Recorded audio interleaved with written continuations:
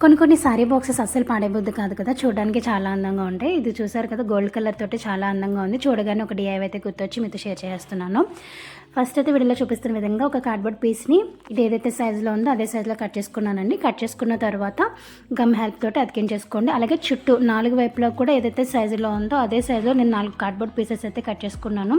ఇవి కూడా 4 వైపులా వీడియోలో చూపిస్తున్న విధంగా పెట్టేసుకుని గ్లూ గమ్ హెల్ప్ తోటి అతికించేసుకోవాలి. మనకి సారీ బాక్స్ అనేది చాలా డెలికేట్గా ఉంటుంది కాబట్టి మనం చేసుకున్నటువంటి డిఐవై ఎక్కువ రోజులు ఉండాలంటే కార్డ్బోర్డ్ అనేది ఎక్స్ట్రాగా అతికించుకుంటే నీట్గా ఫినిషింగ్ అనేది నీట్గా వస్తుందండి. బయట కొన్న వాటిలాగానే ఉంటుంది.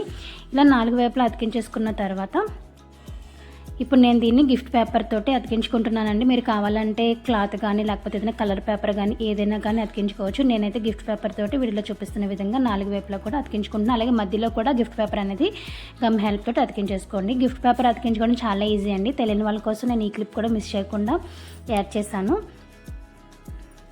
తర్వాత పైన క్యాప్ తీసుకుని ఈ కార్నర్స్లో 2 వైపులా కట్ చేసుకోండి.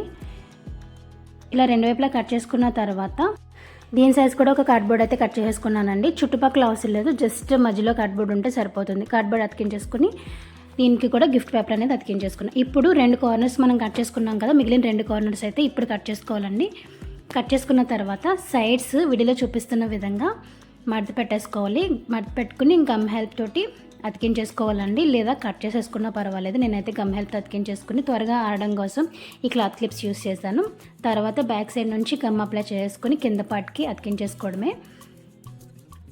మంచి ఆర్గనైజర్ అయితే రెడీ అయిపోయింది. ఇప్పుడు దీనికి హ్యాంగర్ అయితే రెడీ చేసుకుందాము. హ్యాంగర్ కోసం అటు నుంచి ఒక 5 ఇంచెస్కి ఇటు నుంచి ఒక 5 ఇంచెస్కి మార్క్ చేసుకున్నాను.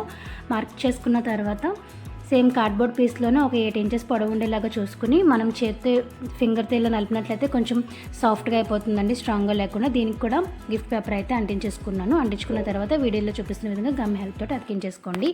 అంతేనండి, బ్యూటిఫుల్ ఆర్గనైజర్ అయితే రెడీ అయిపోయింది. ఇది పూర్వకాలం సూట్ కేసులా కనిపిస్తుంది కదా, దీంట్లో మనం నగలు అవన్నీ కూడా ఆర్గనైజ్ చేసుకోవచ్చు. మీకు నచ్చిన విధంగా దీన్ని ఆర్గనైజ్ చేసుకోవచ్చు. నచ్చితే లైక్ చేయండి. Thank you.